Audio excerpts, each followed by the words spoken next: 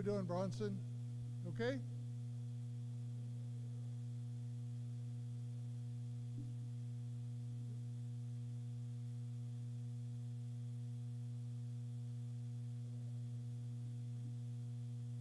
No, we don't have time.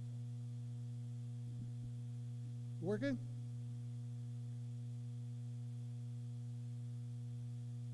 Okay, thanks. Welcome, everybody. It's good to see you. Beautiful day.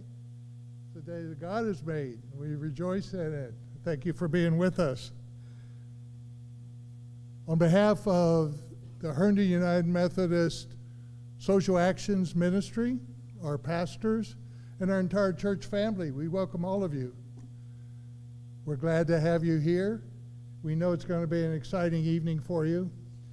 Before I introduce our guest speaker and her team, I'd like to introduce two other special guests and welcome them. The first is you, because you're here because you have a passion for service, you care for people in our community, and you are the most important people in carrying out the ministry and the mission for the people that we care about in the greater Herndon area. So welcome. Second group I'd like to welcome are some very special guests. And they are the people that are dedicating their lives to leading our community. And that is so important, whether it's in government, nonprofit areas, the community, philanthropy. It's extremely important. I'd like to just introduce some of those people that are here with us tonight. First of all, I'd like to introduce Delegate Irie Shin, who's a delegate for the 8th District in the House of Delegates in the Commonwealth. I'd like to introduce Drainesville District Supervisor, Representative to the Fairfax County Board of Supervisors, Jimmy Bierman. Jimmy, welcome. And I haven't seen Kevin. Is Kevin here? I haven't seen Kevin. Okay. Gene Wiley, President of the Herndon Closet. Is Gene here?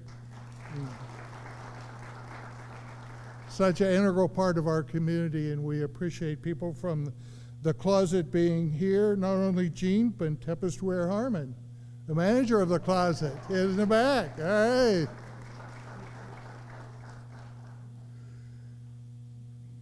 Bill told me I wouldn't miss you, Tempest, when you came in. We're certainly glad to have you. And Joe Bellman, Vice Chairman of the Board of Cornerstones. Joe, glad to have you with us tonight. And Sarah Leonard, member of the Board of Cornerstones. Sarah, back in the corner. Pardon? Oh, thank you for being with us, Delegate. We appreciate that very much. Representing the 7th District, right? House District 7. That's right. And now the person and her team that we're all excited to listen to tonight. We're blessed and fortunate to have her with us, the CEO of Cornerstones, Kerrie Wilson. But we're not ready yet. Yeah, I told her I made up all these stories about her, talked to her 3rd grade teacher and her kindergarten principal and all that. So I need to be able to tell you all about that before we get started. Now, she's the CEO of Cornerstone, and Cornerstone, under her leadership, has been responsible for creating innovative and strategic partnerships in our community, impactful programs, and equally important, successful advocacy for those who need the additional voice in our community. She has a passion for service, but we know that didn't just start with Cornerstone or even with her adult career. Kerrie was the daughter of a career naval officer, a submariner, and we know that when a member of the military serves, the entire family serves, and not of their choice.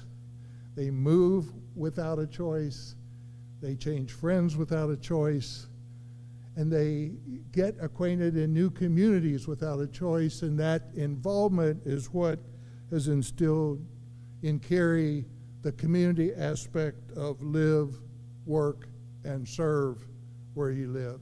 And that's so important to us here in Herndon. Over 35 years in nonprofit service, she has been primarily in the field of health and human services.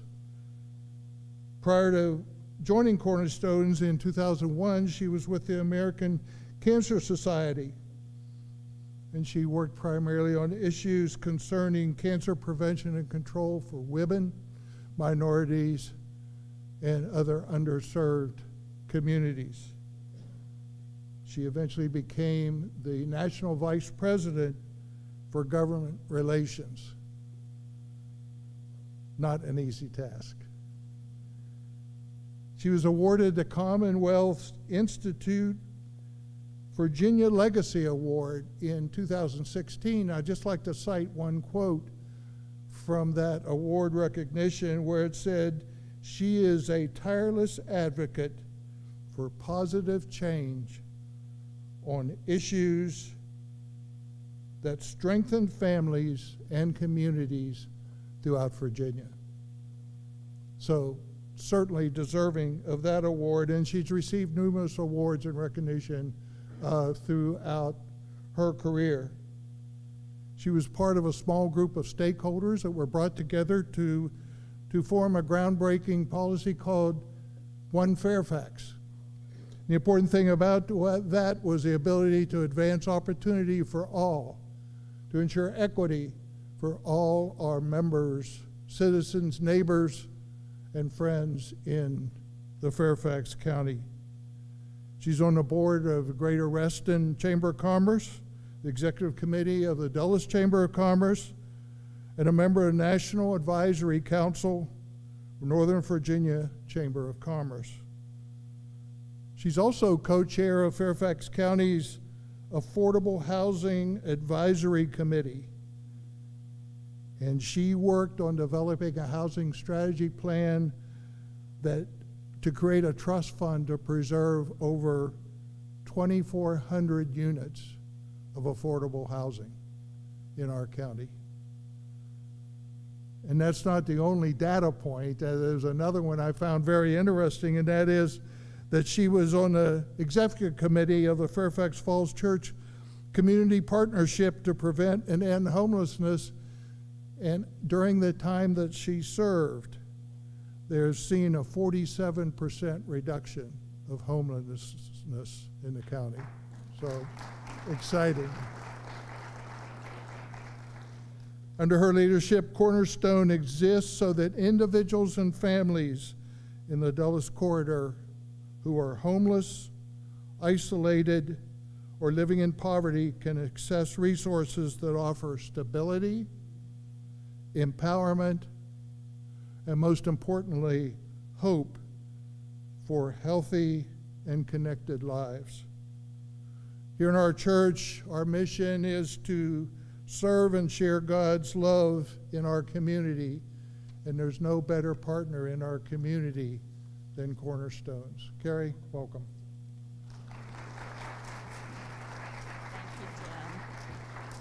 Thank you. I don't know if it's tireless or tired, but it has been a great joy, and I can't believe that you researched particularly my background family, and that our families were there together in Hawaii, stationed there. I ended up here in 1976, graduated right across the street from Herndon High School, and so we've been there ever since, see my neighbors and friends, and we are so delighted.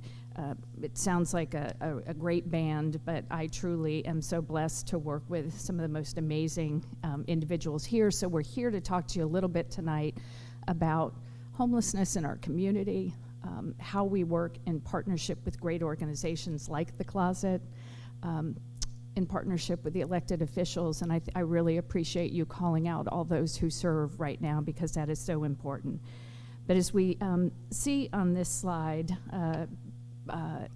Cornerstones founded as Reston Interfaith, a little bit of our history, and I think it's really important to notice because being here with you all tonight as people of faith, we're called to love and to serve and to stand with those in need. And it's one of the things that whenever I have the opportunity, Reston Interfaith, Cornerstones is not an organization that is bound by faith or has any faith requirement, but we were founded by people of faith who came together to say, how do we ensure that it is time to, when it's time to help others, when we look out there at need, how can we ensure that we will work to provide housing, work to ensure that Robert E. Simon's vision, the founder of Reston, his vision for this really inclusive and welcoming community, a place where people could live, work, that housing would be available, that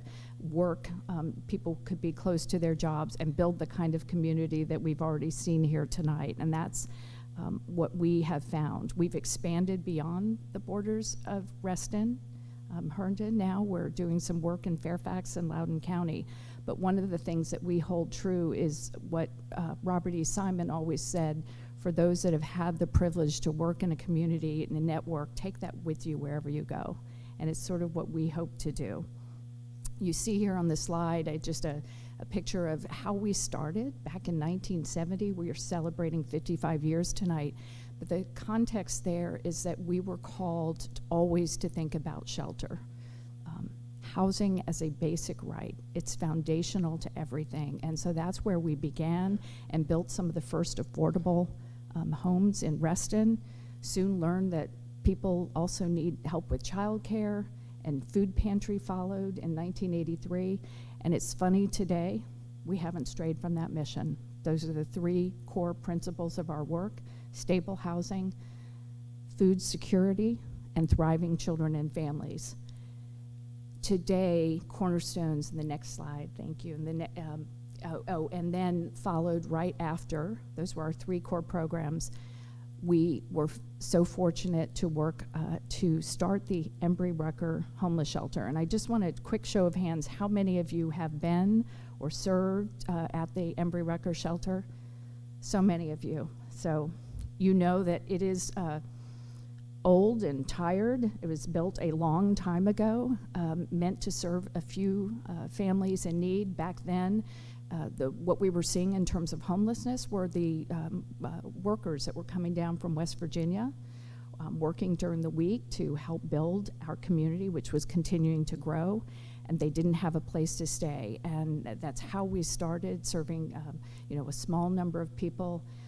Today, last year alone, my colleagues here touched the lives of more than 1,100 people just in 1 year.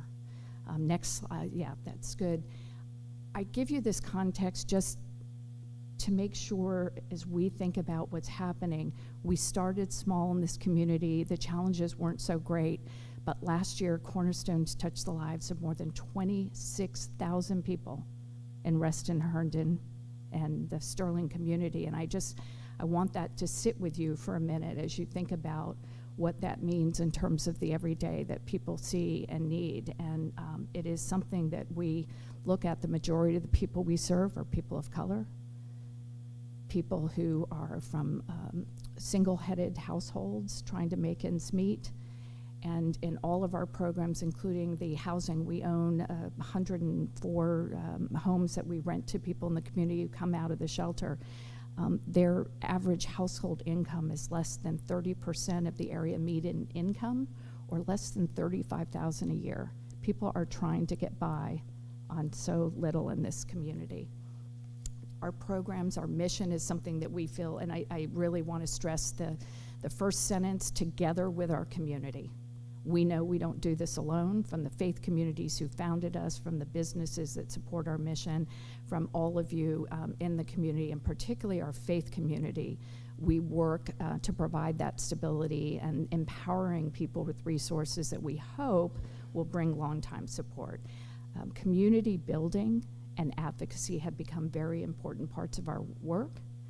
And I'm one of the things that we are so proud of, and the board of directors that's had such vision, is our work in that advocacy, in leaning in on our community. And tonight, Reverend Stephen Smith-Cobbs, who is also on the board of Cornerstones and holds the distinction of being the vice chair of the board for faith engagement, is leading a faith council that we hope many of you will join us in doing good works and moving forward. Next slide. Our programs are diverse, and when we talk about homelessness, and the reason I share this is everything from shelter to the housing to providing childcare and other supports, but it's important to give you that context. That's part of that, what is needed to support people. We also are working to provide housing. I mentioned we had 104 homes, but I wanted to let you know that we have 280 new homes in the pipeline. 280 new homes that will be there for working families. Thank you. With support from our friends in the state, with resources, working with Supervisor Bierman and Fairfax County to develop these resources, because the answer to homelessness is housing. Everything else, everything that we do, it's foundational, is about being able to provide a home. And I think over the years, I remember when I first started, and I kind of said, you know, what do you mean there's homelessness in Reston? One of those, you didn't see much of it. It's not true today. We see too much of it. We see too much need. But I remember thinking when we talk about all the resources we can bring, but it is so true that once you are able to provide a home and the family is gathered around their own table, that all the issues and the challenges that brought you there seem to fade away a bit. We can bring those resources, but if you have that support of housing, and so that's so much what we are proud to do. And again, a board that has had the vision not just to be the safety net, and we are the safety net, but to think upstream as to how we can prevent people from becoming homeless in the first place. Before I'm going to turn it, I want to talk a little bit more before we go to the homelessness about what's happening now, because it would be hard to stand up here and pretend that we haven't seen a lot of change in the last, certainly 2 months, things that are affecting us in the last 4 years since the pandemic began and the recovery has not finished. And I look at these numbers and want to give you a sense of what is happening in our community, because you don't just end up in a homeless shelter. You don't just find yourself experiencing that. There are things that lead up to it and things that Cornerstones has always had to address. And right now, I will say we had an amazing work with our collaboration in Fairfax to try to prevent and end homelessness. We started in 2008, right when the housing market collapsed, so that wasn't a great time, but we still put in place a lot of prevention work. We started our journey to build housing, but unfortunately, since COVID, we have seen a 23% increase in homelessness here in Fairfax County. And we do have the second highest number of people who are experiencing homelessness in the DMV. Nearly 50% of people living in this community are housing cost burden. Look at your budget. They pay more than 30% of their income, and many are paying 50% or more.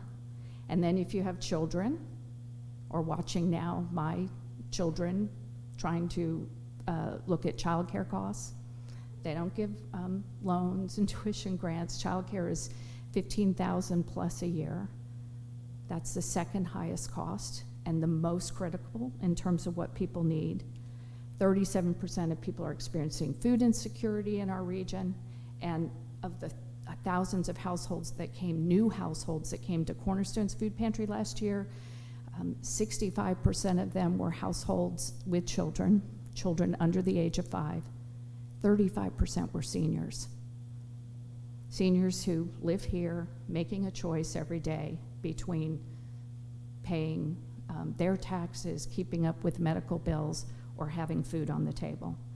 And these are the things with the combination of inflation that we're feeling today, not just the price of eggs, but the inflation that has built up, and double-digit rent increases. We talked with somebody, I was talking with somebody the other day whose rent has gone up $300 a month. and she can't afford it. The other piece that we're looking at, that's the context for what my colleagues will talk to you a little bit more about what is happening in our homeless shelters, is the impact of federal executive orders and what is happening. We are an organization that is an advocate. We are nonpartisan, but there is no question that looking at things, we are watching and waiting and seeing what is the impact. And so whether it's the layoffs, and when we've had shutdowns or when we've had layoffs in the past, whether it's layoffs and people who will be coming to us, perhaps coming to us to help with food, or for people that don't have 3 months of savings, if they can't find another job, they may need our help with our housing counseling, or whether it's looking at the programs that may be cut that are important safety net programs that sort of are embedded in every program we operate, whether it's food stamps, the SNAP program for children, and that supports our schools and school lunches, and whether it's the programs that we rely on to build and develop housing and rental assistance, Medicaid, which is 50% of the people in our community rely on Medicaid for their health care, or my mother-in-law who needed that for nursing home care. And so those are the things we're watching and concerned about as the administration weighs policies and choices that could truly impact our work in the future and lead to more people becoming homeless. Diversity, equity, inclusion is another area, and I think for us, again, while there may be issues to look at, we're watching and making sure that the conversation about this doesn't ignore the fact that race and ethnicity play in poverty and people's experiences, because that's what we see. We have wonderful schools in Fairfax County. We have so many resources, and yet the people who are struggling are students, youth of color. We are disproportionately, I think we're a community of about 12% African American, and blacks are overrepresented in every system, institution, judicial, all of that in our community, foster care, homelessness, all of those areas. And so we don't want to ignore that. And we certainly, for us, thinking about denying people's identity and who they are and how they come to us at work, in our communities, in our worship. And so those are things that we're watching because it impacts the people that we serve. And finally, and that is something that I will say I'm very proud, both for our delegates who are here today, and I know the mayor of Herndon and Supervisor Bierman in Fairfax County have continued to uphold the importance of One Fairfax and its commitment to opportunity. That's what that's about. Let's even the playing field, let's look at the opportunity. And then finally, the immigration enforcement and removal orders. Immigration, we have a very diverse community. Certainly here in Herndon in particular, we have a large Latino population, all of whom are scared. Supervisor Bierman and Mayor LeBlanc and I were at a meeting the other day, and on the next slide, and we have made these available to you. And just, you won't be able to read that, but I will tell you that we had we have a program called Opportunity Neighborhoods. It's a great program in Fairfax County where people come together. It's about the community building. And neighbors, parents who are experiencing poverty, experiencing challenges, experiencing homelessness come together. And they come together with their teachers and principals, with the police, with our government officials and business leaders, and they try to talk about the issues and how could we create a community in which every child could thrive. And so they get outside themselves, and we sit and we listen and we absorb. And we had the other night at our Opportunity Neighborhood meeting, we had about 6 mothers, one abuela, who testified about what the fear is doing, whether people are here and will be here, whether they are waiting. One woman is about to be deported, and she has 20 days to figure out how to help her family. And whatever we understand about criminals who do not need to be in this county, what it's going to do to our workforce, what we're hearing from our community members, and the story, one mother, if I don't come home, she's told her children, you know, here's our plan B, this is what you need to do if I don't come home one day. The grandmother who is the sole provider of her 4 grandchildren. And they talk to us about the resource needs. People are being taken advantage of right now, sold papers, pay the legal fees, I'll get your visa extended, and off they go. And so I know even Supervisor Bierman that night, we're gonna hold you to it, pledged to help as an attorney, the attorney network. How can we provide more support? How can we get mental health? And we listen to the teachers and the parent liaisons talk about what that means for children in school, what they're suffering, and the fear that is taking them away from learning. So with all of that, I think just trying to give you a sense of where Cornerstones operates and why so much is going on and why we're so glad to have you all here to think about what can we do about it. I'll turn to give a little more context just on homelessness. The next slide. And just our colleague Maura Williams could not be here tonight, but just in terms of all of our programs and where we are today, now we're looking at homelessness. And I just want to say the next, just so if you don't know, each year across the United States, these folks go out all night and do a point-in-time count, and they get a snapshot of people in our community in one night who are either sheltered, living in a shelter or shelter in environment, or who are unhoused on the street, and we do a point-in-time count. So it happens each January. I mentioned earlier that we have seen a 23% increase since COVID, since the pandemic in Fairfax County, in persons who are experiencing homelessness. And you can see this count that this year we had a very slight decrease in the number from 2023. We just completed 2025. We'll get those numbers, but it's still far too many, and we've seen some challenges that you'll hear about from my colleagues. The next slide just is an example of what we do besides just counting people on one night to kind of know what's going on, where are people. We want to learn about them. We look at the demographics that tell us what are the services they may need. How many are children? What are the issues that we need to think about in terms of the school systems? And so we look at that data, and again, what I can tell you, this data tells us, and you can't see this, and I believe at Embry-Rucker, 74% of the folks who are sleeping in our temporary and overflow facilities are older and disabled. So it tells us about what kinds of services or where we're going to be able to find housing. As we move forward, I think the next thing, when Sarah and Lorraine and others first asked us to come and talk a little bit about this, I think most of us think about homelessness and we think about the shelter. Or if you've been to the library, or if you've driven around various places, you're seeing some more and more people on the street, you might think about that in context. But homelessness is a very complex issue that requires so many different strategies, so much partnership and working together, and it's everything from how can we prevent people from becoming homeless in the first place, diverting them from shelter before they even get there. It's about the work and the support of the people who have a bed in a homeless shelter, and then the work of our outreach teams who are on the street every day, meeting with people in need, linking them with healthcare services, helping them come into the shelter to do laundry, to take showers, and to provide and access other resources.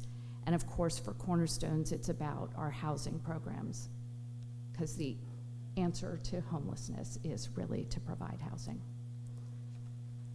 So our next slide, I'm just going to stop. I'm going to let Angel tell you a little bit more about that. But many of you may have heard last year, right in Reston, Delegate Keith Gamara, her district, Reston had the highest, the largest tent encampment in all of Fairfax County, frankly, the region. So we think about homelessness in DC, where we've seen it forever.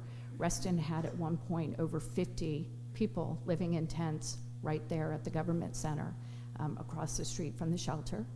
And of course, people also who were out. And when it was determined by Fairfax County the need to shut that down because it was unsafe and unhealthy for people, we were so fortunate to work with them to be able to open a temporary overflow shelter. And now that shelter is also serving hypothermia as well. The last piece before I turn it over is that when we think about homelessness, we see writ large a lot of challenges, but also I want to talk a little bit about response, because this has not been fun. I know what we deal with is not fun. It's hard work, but I think these are the things that we're working on. There is definitely a lack of affordable, available housing. If you've seen it, our children, my daughter and my grandson just moved out. She finally reached a point in her job where she could afford to rent a place on her own, but they were with us forever. So whether it's that, whether it's my mom who lives with my sister, or whether it's just the high cost of living, that it costs about, households need to earn about $75,000 to $80,000 a year in Fairfax to be able to afford rent, childcare, and basic needs. $80,000 a year. Many of our kids are getting out with degrees. Our staff don't make that. In some cases, these are the things we're challenged with. Working at the state level to keep pushing on minimum wage, living wage opportunities for people. But there is a lack of affordable housing. Thankfully, Fairfax County Board of Supervisors took a bold goal and set a goal of 10,000 new homes in Fairfax by 2034. We're about 4,000 homes in, but I will say that we have a budget challenge this year, and to be able to continue the progress, we've got a housing development that may not get finished if there aren't the resources, a dedicated support for the penny for housing that we need. And so the county is really looking for opportunities to look at new revenue to make sure we can fund all the programs that make a difference. But we're so pleased with that. It's one of I think they took the action early among the jurisdictions, and so we've made some good progress. Shelter demand exceeds capacity, so when you wonder what's happening with the people you see out there, there just aren't beds available. We have 70 plus people sleeping in the beds in our shelter, which is currently families and children, and 50 people sleeping on cots every night, and 90 across the street. And you've had anywhere from 25 families. I know you've housed a bunch now, so we'll see that. But those are the numbers. We haven't had enough shelter beds. Again, Fairfax County has just responded. We've opened a new shelter, opening a new shelter in April, where we'll move all the families who have been in hotels. We're up to 90 families living in hotels in Fairfax County over the last couple years. And the cost of that is tremendous, not just for the community, but on the families themselves and the children whose lives have been disrupted. So we are working on these types of issues, but I think as we move forward, the answers will be from really what you all and your response, your questions, how you turn out. We really invite you to become advocates for the homeless, to learn a little bit more about what's going on, to ask questions. There's a new housing development being proposed over in near Franklin Farm by another Methodist church who is going to build affordable housing. And the concern, the neighbors, people are right to have questions. They may not understand, but it's an opportunity to learn, and it's a sort of a call to action to ask, will you learn? Will you join us, join our faith council, and join others in sort of thinking about that? So I'm going to stop there and welcome up my colleagues. Come on up. To talk a little bit more. So what we thought we'd do is come on up Edwina Jackson is the division director, so all the programs I talked about for homeless services. And I wish I had you writing there, because they are amazing. The folks that work in this collectively, they probably have hundreds of years of experience in working in homeless services, and they truly are amazing. So Edwina Jackson, Shayla Kidwell, who directs all of our rapid rehousing and programs for people within the shelter, and Angel Hales, who is our director of street outreach. So I'm going to ask them to start, and you guys can either come up or use whether Edwina wants to start. And so now you really get to hear about what's going on, and maybe talk a little bit, or if you want to come up here, it's good for you. Share a little bit from your perspective on what's happening in the homeless shelter. Just ask each of you to talk a little bit about your role, what you do, anything you want to share, and then we can open it up for some questions of them before we close it out. Hi, thank you everyone. Can you hear me? Okay. I probably don't need this, my mouth is big enough. I'm Edwina Jackson. As Kerrie said, I am the division director. Yeah, thank you. I think I got it now. Yeah, I'm the division director of homeless services. My day-to-day responsibilities are, I'm in a lot of meetings for one thing, but I do oversee several programs at the shelter. That would include street outreach, rapid rehousing, medical respite, home health care program, and what am I missing? Oh, employment. Respite program is for those, the county oversees those folks that have acute issues. It's not for chronic issues, for acute issues. So those are temporary shelter beds that are reserved for that population that come in. They may come from the hospital, they stay a while, they're considered homeless, of course. Then once they're healed, then they leave that bed for the next person that needs medical services, acute medical care. And this is, sometimes that could be someone needs to go to the eye doctor, but they won't be able to see, for a couple of days, or they may have, some issues, complications with diabetes. That's not going to be chronic. That complication is acute.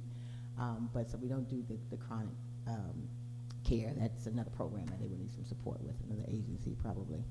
And then the outreach, Angel will talk more about, and Shayla will talk more about rapid rehousing. The OSS program is Operation Stream Shield.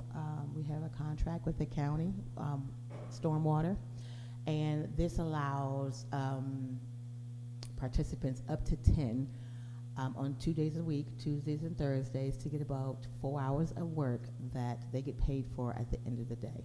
Not any money that's going to sustain your life, right? But that is some change in their pocket. So, and then they work closely with an employment coordinator who help them to build their resume. They can also put OSS on their resume if they don't have a lot of experience already. We've actually had a lot of success with this program, getting folks employed. We've had one that became a police officer 2 years ago, and he's still employed as an officer. Some folks have gone into the storm water with the county. A lot of folks have gone with the airport at Dulles. So very successful program in getting people employed. And what else am I missing?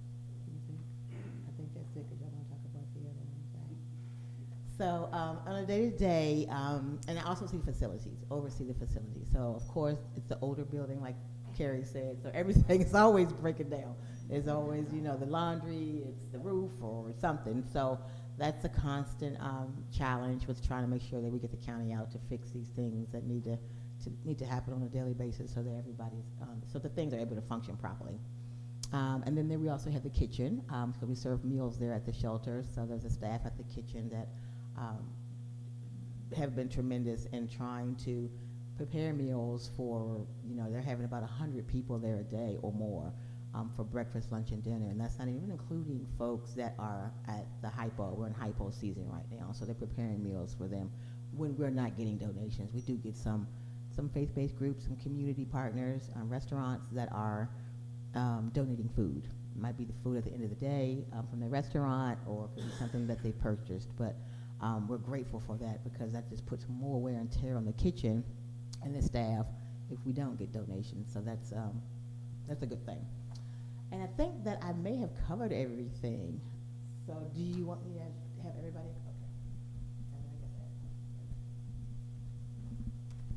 Okay.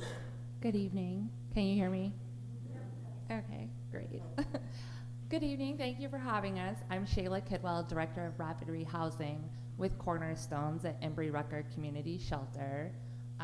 I will say it is very difficult for me to talk about my day-to-day because it's just, I get up and I go to work, it's what I do.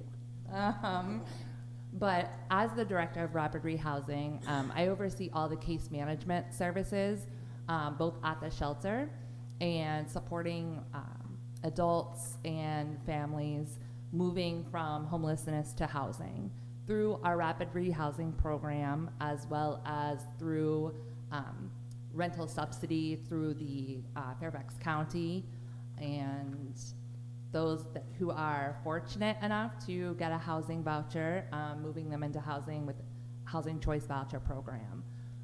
Once these families and adults move to housing, it's all about increasing the stability of the household, whether that be through food pantry referrals, clothing referrals to the closet. We do a lot of those, helping them budget, create a savings plan. It might look like, employment services, referring them to, again, work with our employment specialist to look at ways where they can increase their income.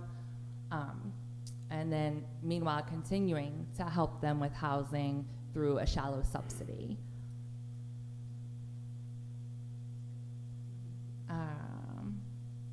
What else is there?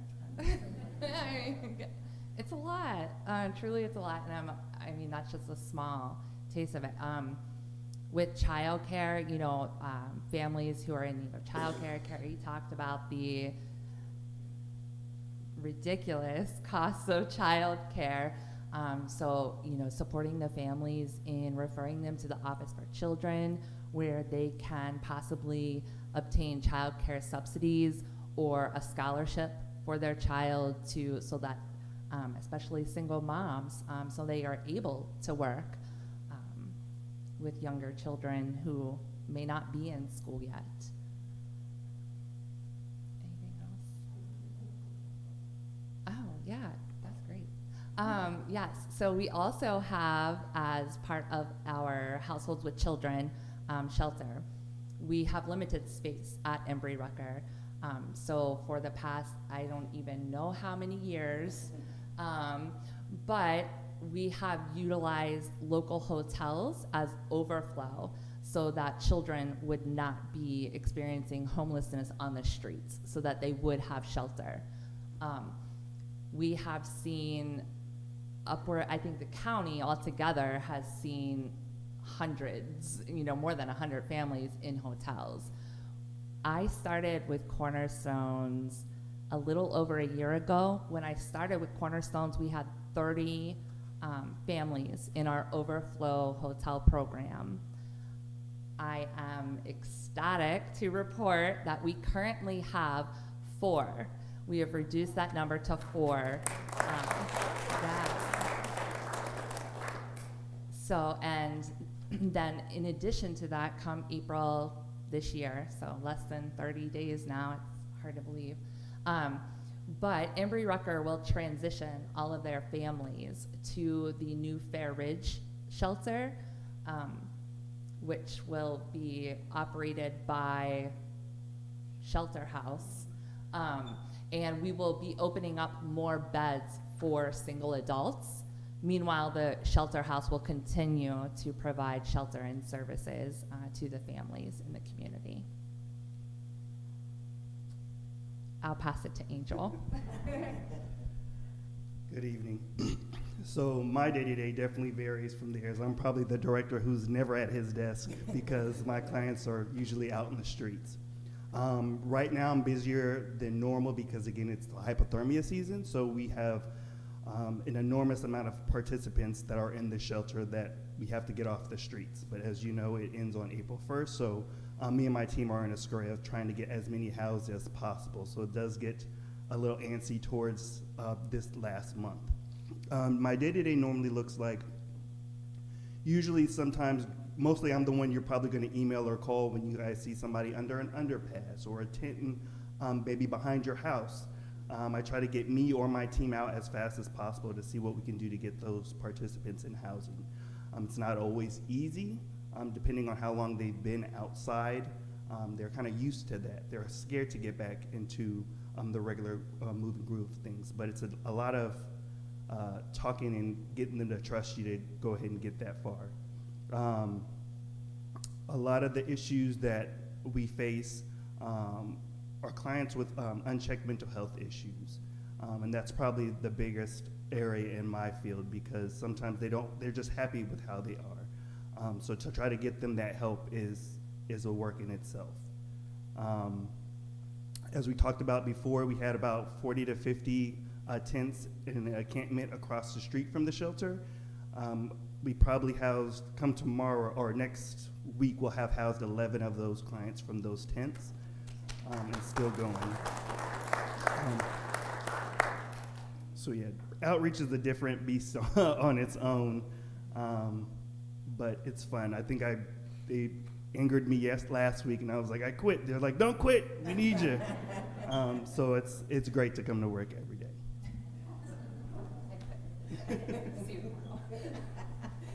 So they're amazing. Hold the mic. So, and I think we wanted to open it up to your questions about specific issues, and then we might have a couple more questions. I know that Supervisor Bierman, I didn't know if I know you were leaving. Did you want to say anything about the county before we open it up to other questions? I'm putting you on the spot.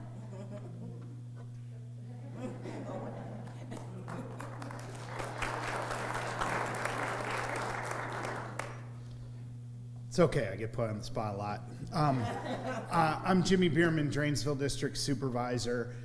One thing that the county did recently that I'm pretty proud of is we are taking an extended stay hotel in Fair Oaks, and we're turning it into a shelter for families. It's expanding family opportunities for a shelter. It was obviously the subject of controversy, because basically everything is the subject of controversy. And I mention that to you because I probably should have spoken after the questions started, but I guarantee you that somebody here was prepared to ask a question of, well, what can we do to help? And what I will tell you is that right now we are in the midst of budget season. And the budget this year, kind of like the budget last year, is awful. It's not good. The situation in the county is one where our residential housing market is in many ways going gangbusters. You might have gotten your tax assessment, and you might be annoyed about it, but you also should probably look at how much value your house went up and at least take some solace in that. While at the same time, the commercial market is extremely sluggish. The personal property tax market is sluggish as well, and we're looking at relatively weak revenue growth overall, as many of the challenges that come to the county are only getting worse. And they're only going to get worse with everything that's happening with the people across the river. So I bring this up because our county budget is extremely challenging this year.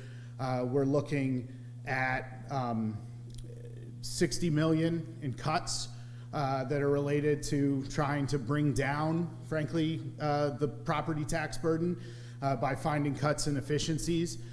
We are looking at things to replace the property tax burden, like a meals tax. If you're standing right here, you've probably paid a meals tax in the town of Herndon. If you go across the street, you wouldn't pay a meals tax, but I don't think it's really determined where you go to eat.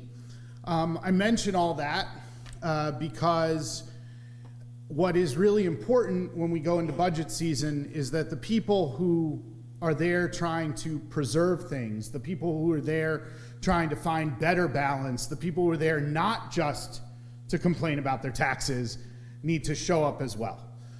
They need to show up at my town halls. They need to show up at the budget public hearings. We need people to come out and make the case. This year, for instance, the budget, Kerrie mentioned a penny towards affordable housing that we do every year. We take a penny of your real estate taxes and we throw it into our affordable housing trust fund. This year, the budget proposes that we go to a penny and a quarter on the real estate trust fund, about $8.9 million more towards affordable housing a year. If you think that that's something that should happen, please show up and tell us it's something that should happen. So I tell you all this because you're going to look at some of those cuts and you're going to get angry. I looked at them and got angry too. You're going to look at your tax assessment and get angry. That's okay too. You're going to think that this is a really, really tough year. But if you have a commitment to trying to help those less fortunate within our community and to recognizing the challenges that we face, find the thing that you really want to protect. Find the thing that you think that we're doing right. Find the areas of the county that you do not want to see demeaned, because there will be people who will demean them, and do your best to come out and advocate for it. And I'll do my best to try and strike what will be an awful and very difficult balance this year, but I promise I'll do my best. Thank you.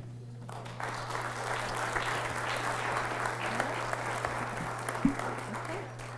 So, questions for our team members? Tempest. I have one for Angel specifically. Because your team is on the street and you interact with the homeless in that way, do you have any suggestions for individuals who encounter homeless in the moment and they want to help those persons and they don't know how to deal with those who may be facing any sort of mental health issue or they're unnerved with how to interact with them? Even when I'm not, Repeat the question. sure, I will do that. So how to help client or participants out in the street that you don't know, maybe if they have mental health issues or what their homeless situation may be. I would always direct them to the shelter.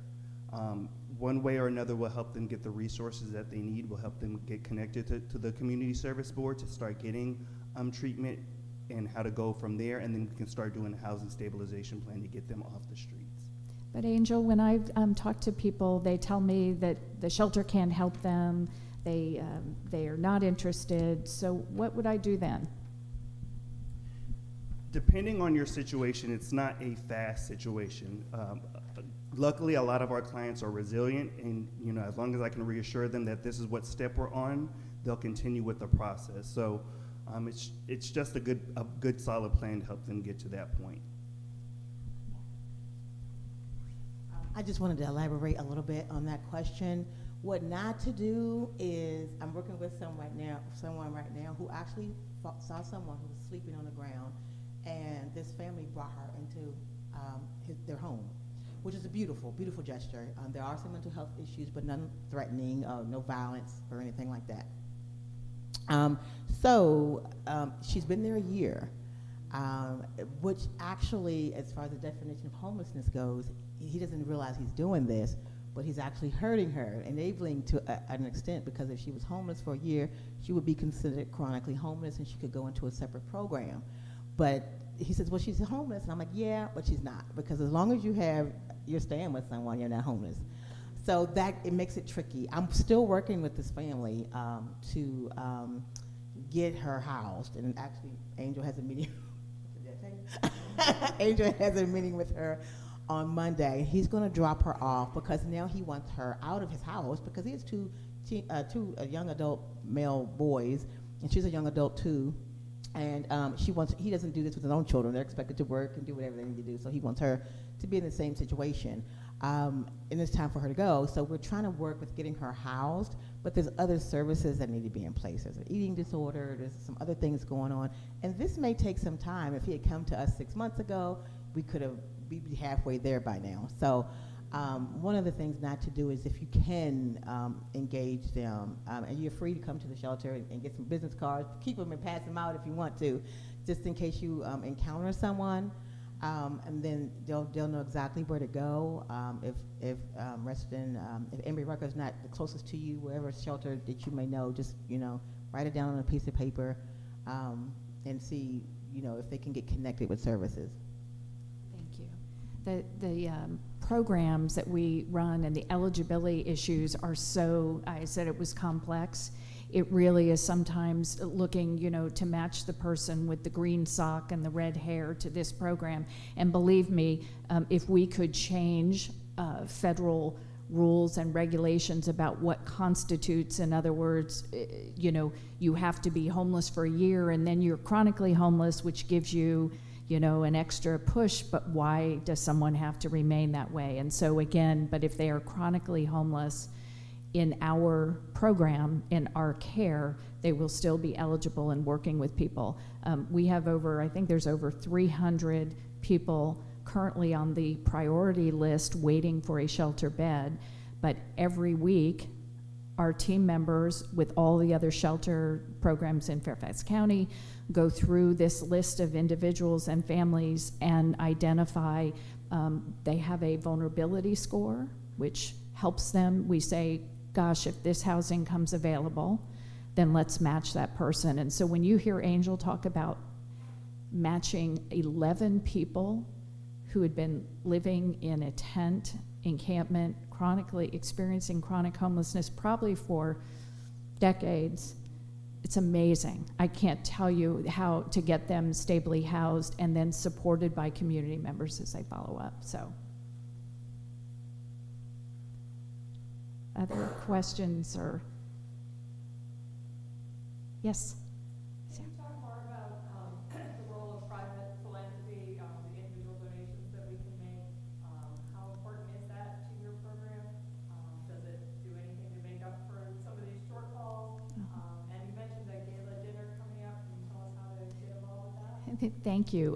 Absolutely. Cornerstones is very proud that we are, on a whole, we have very diverse funding base where only 55% of our funding comes from government. We are efficient. We're looking at that. We're hearing that now, but efficient, effective use of those resources for every dollar we get from the government. Private philanthropy, people, we have to raise the rest, but we're also engaging people like you who make up the difference, who allow us to operate the homeless programs.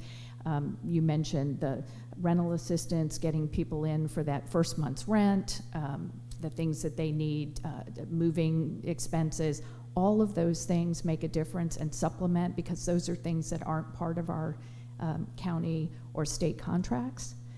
We do have a 55th anniversary celebration of this amazing work and our new housing and a new child care facility that we are working to open up on April 3rd, and we'd love you to be there. And I think there's the QR code out has that listed. But it is very important. I think right now the government, certainly all the COVID era federal relief funds have been expanded, expended, so they're done.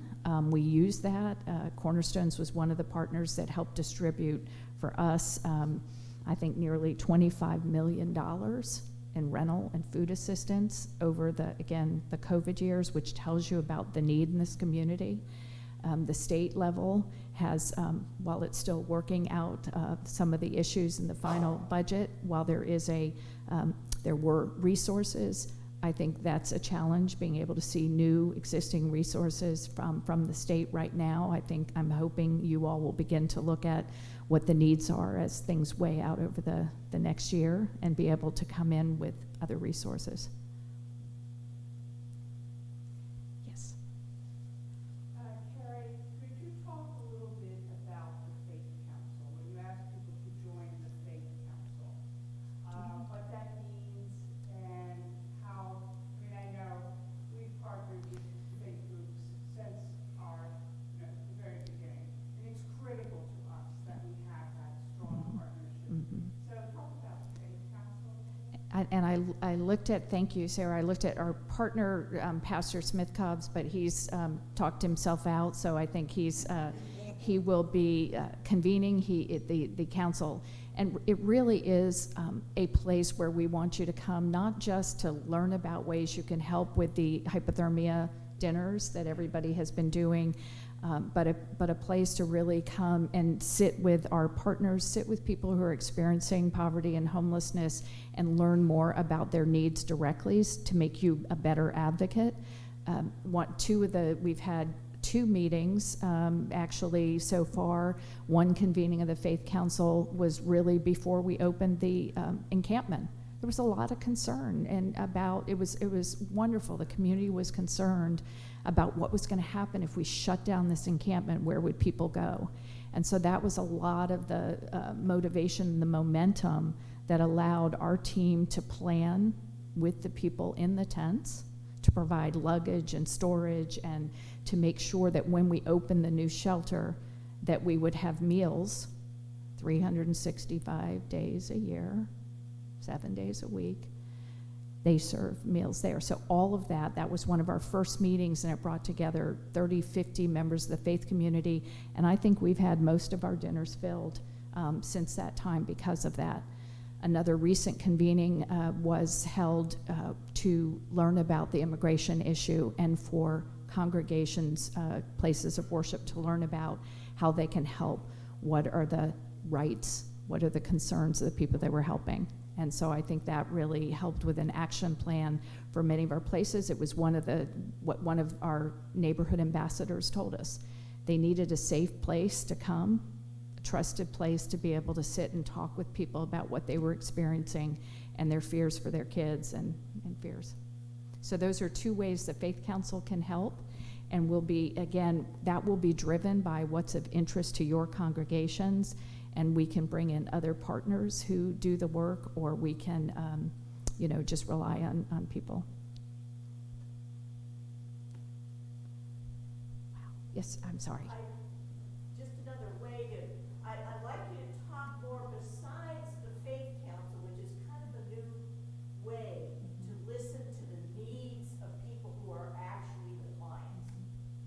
Is there a way in which Cornerstones has built into its operations and decisions on delivery and engagement, a way to listen to those people who are getting those services? How are you getting the opinions of the served into the decisions about how the services are delivered? I'd like to talk about that. I'll let you all. Do you want to speak to in terms of the shelter first and homeless services, and then I'll talk about the other programs? Well, how we get folks' opinion is we do several surveys throughout the year, both hypothermia, we did it for TOS, and for Emory Rucker Shelter. So there's questions on there, what we could do better, and what our strengths are, and what do they feel their needs, how we can meet their needs. Most of our participants are very vocal. They don't mind sharing what their needs are. Sometimes they'll say we need more, they have a choice in food that they prefer. They may want, more assistance in financial awareness. So we do ask, and I'll just go ahead and put this plea out now, and if anybody doesn't mind, for example, we need some help with life skills programming. So if anybody's a banker or an artist or do yoga, those are the things that they're talking about that they're wanting. And we have quite a few they're very talented artists from what I can see. There are some paintings on the wall in one of our TV rooms where they were from participants that have taken an art class. Folks do it temporarily, so we lose people, we lose volunteers that come in and do that, but we're always looking for people to volunteer, whatever their craft is, whatever you may do on your day job. If you think it's something that could be beneficial, you can speak to me or any of us, Kerrie too, just to see if this is something that the shelter could use. And we will schedule it, we'll set it up, we'll ask for a sign-up sheet so people can sign up, so we'll have an idea of what the interest is, and then move forward from there. And those are the things that we really, that's how we're able to get their feedback. And sometimes it's just talking to them. They don't, I'll go out there when I walk in the community area, they're like, hey, you're the director? I'm like, yeah, you need to do this, and you need to do this. And I'm like, yes, ma'am, yes, sir, okay, we got you. So then we go back, and I just make sure I communicate that to my supervisor as well. and we come up with a plan to try to fix whatever it is. If we can accommodate, we definitely will. Sometimes our participants don't understand certain things as far as the structural complexities of how it is. Sometimes it's too much money and we don't have the funding for it. We'll do it on a smaller scale if we can. So we definitely like to hear their feedback. I think all of when we approach as social workers, we approach our work in sort of trauma-informed care, and so it's sort of starting and letting people define their own needs and what they think the solutions are, and that's sort of a social worky thing. And I came out of advocacy and government, and when I first came to Cornerstones, I had all the case managers in a room, and I said, okay, we have a chance to do a community organizing pilot, and I want each of you to go, I want you to talk with some folks in your programs and come back and share with me what you learned and what we should be doing from Cornerstones and what we need to do. And this was 15, 20 years ago, and half of the group came back and said people need affordable housing and childcare and this, and a couple other folks came back and said, we really need, they would like to have easing up on parking restrictions in the community that they live in, because many of those neighbors drive cabs for Dulles Airport and they're not allowed to park commercial vehicles in their community, and so my husband can't work. And the difference in that is it's a both and. It is both understanding the needs and being able to match resources as these folks do every day, but it's also listening to the needs. The Opportunity Neighborhoods program is all about, it is community driven, community led. It is about people identifying what the challenges are, and right now talking in the schools about bullying, concerns about gangs, concerns about drugs. Their work resulted in the town of Herndon, this Opportunity Neighborhoods group, doing away with fees at the community center so that more children from very low income communities could get in to participate in those communities. We have resident councils, so in all of our affordable housing, to let us know how we're doing. And that is the work. Many of our staff come to us with lived experience, and so I think that's, for us, understanding that and letting us understand what those needs are and how to be led and informed by that. So, Tempest. First and foremost, I want to say dealing with America's underbelly is not always easy, and what you guys do is very thankless work. So thank you all for what Thank you you. do. Thank you. Thank you. My question to all four of you, knowing that this is thankless work, and when you go home, everybody's praising you for what you do. We hear everybody's individuals that we interact with. We're hearing them speak about their most horrific experiences and what they're going through. What keeps you all? You show up to work every day. What keeps you coming back? Is what I want to know. That's the question I was going to ask them to share with you. So the question, what motivates, when you've had a rough day, what motivates you to coming back to doing this work? Or sometimes I wonder that myself. But I love this work. I've been doing this for a long time. My degrees are in psychology, and just specifically trauma. We all are traumatized. I think just being born is traumatizing. It's just trauma. You don't know it. You're a baby, right? But is it embedded somewhere deep inside? Yeah. So I just believe that we all have our struggles, and I love the human condition, the good, the bad, and the ugly. I was a foster parent for many years. I've raised other people's children, so this is just who I am on a daily basis. This is what I do. When I see folks that are out, maybe panhandling or just looking like they need some help, I pass my card out. I used to keep snacks. I haven't done it lately, but I used to keep snacks in my car to pass those out to folks that looked like they needed. I had people in my home, live in my home, that I just felt like they needed the help, just a helping hand. And then once they, were able to be in a better position, they leave and they go, and they're still all doing fine. Foster kids are doing well. I still stay in touch with them, and they were little teeny things at first. They're 20, 30 years old now. So that makes me feel good. That feels like that's my purpose for being here. I'm always driven to those kind of actions, and so I feel like that's just why I'm here.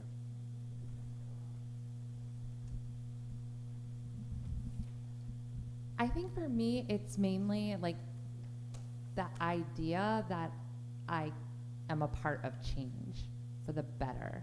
I may not always see it, but it's that belief that I might just be planting a seed, but that I'm making a difference that keeps me coming back after the clock hits 5 and I say I quit. I will also say, all right, see you in the morning. So, I mean, some days are definitely more challenging than others, but at the end of the day, it's about helping people, giving people a chance to succeed, you know, spreading love and light, as corny as that might sound. It's how I grew up, and it's who I choose to be, which leads me to working with the population that we work with.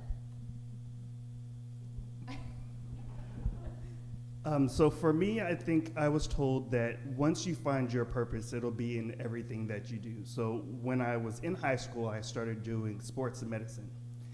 After that, I started to go to school for physical therapy. I just loved helping people. I was like, this is what I'm going to do. The football players like, you're great at it. This is what you're going to do. You're going to be in the NFL. And around COVID, it pivoted.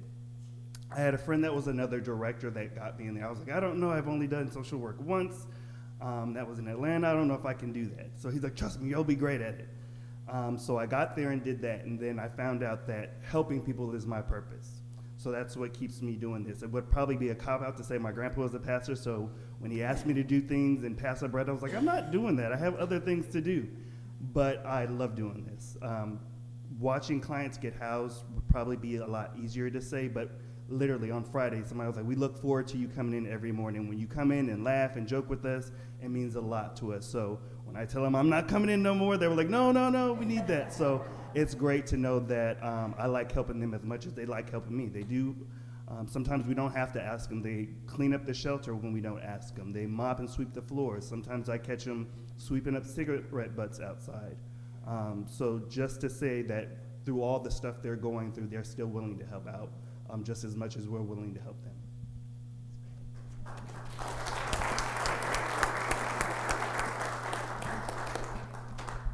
Yes. I appreciate that you mentioned mental health being a part of this future. And I was wondering, when you meet someone who's homeless that is, you suspect maybe also dealing with a mental health issue, what is the process? Is there a screening, or I know it's tricky, you probably have to get permission, not everybody wants help, but is there a way that they can get help from a doctor or medication to help break that cycle that's keeping them? So with participants who have mental health, it's really tricky because even at the shelter, we can't force them to go get help. It's all their choice. Sometimes you can ask once and they say, yeah, I know I have this. I would like further help with this. Other times it's asking and asking and asking, and eventually they'll say, hey, I need help with this. Good thing with working with the Community Service Board is that we can link that to housing. So if I say, hey, if you go see somebody about your mental health, we can get you housing. So some people are like, that's not true. I said, it is, because if I can go a certain route with that, I can get them their help and I can get them housing. So it's a lot of asking them and trying to work with them, getting very innovative with how you get them to that service. But as long as you can get them to that service, it'll mean all the world to them. There aren't enough resources, mental health resources, paid, unpaid, that for everyone.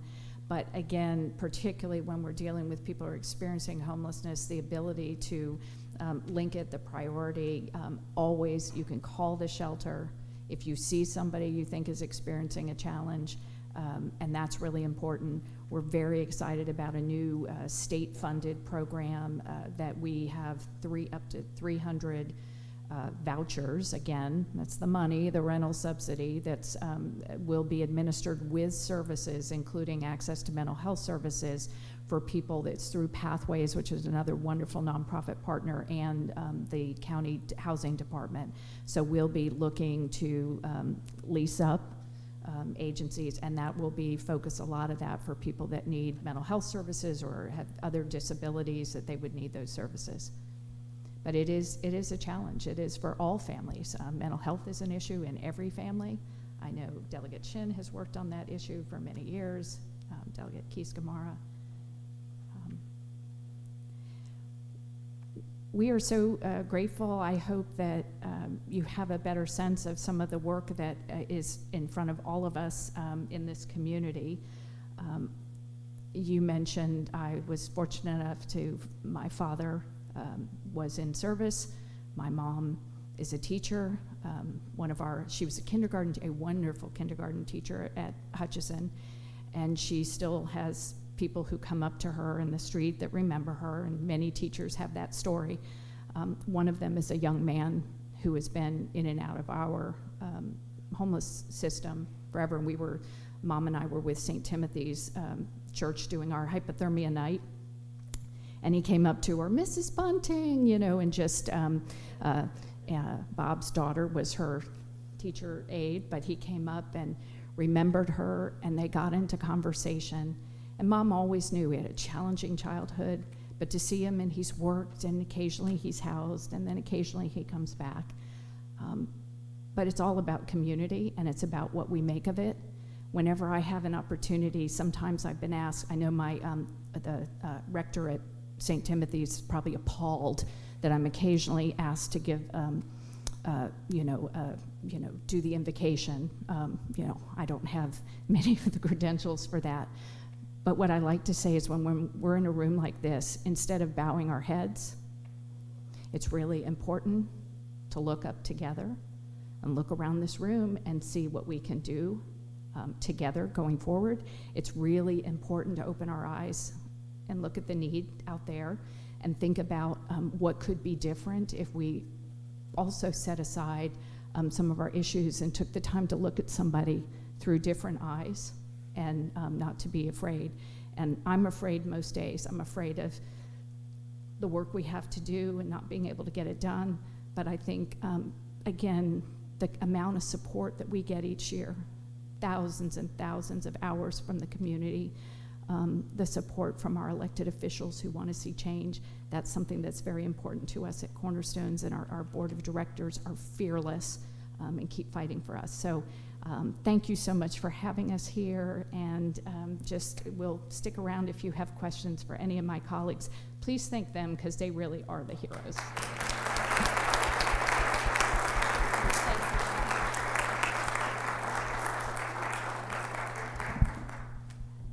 Thank you so much, Kerrie, and all of you for coming, and thank you all of you for coming as well and showing your dedication and your interest. We're just getting started with the Social Action Ministry team, and we have so much ambition, and I'm so excited for what we're going to be doing in our community. We do have some light refreshments, but as you leave, on the right-hand side, there will be a yellow survey. If you could just fill it out, give us some information about what brought you here. We're trying to have more of these conversations and learn a little bit about who you are and what your interests are, and then I will have this bucket outside as well for you to return the surveys. So again, thank you so much. I know I learned a lot, and I know it's been really informative for us. And have a great evening. Thank you.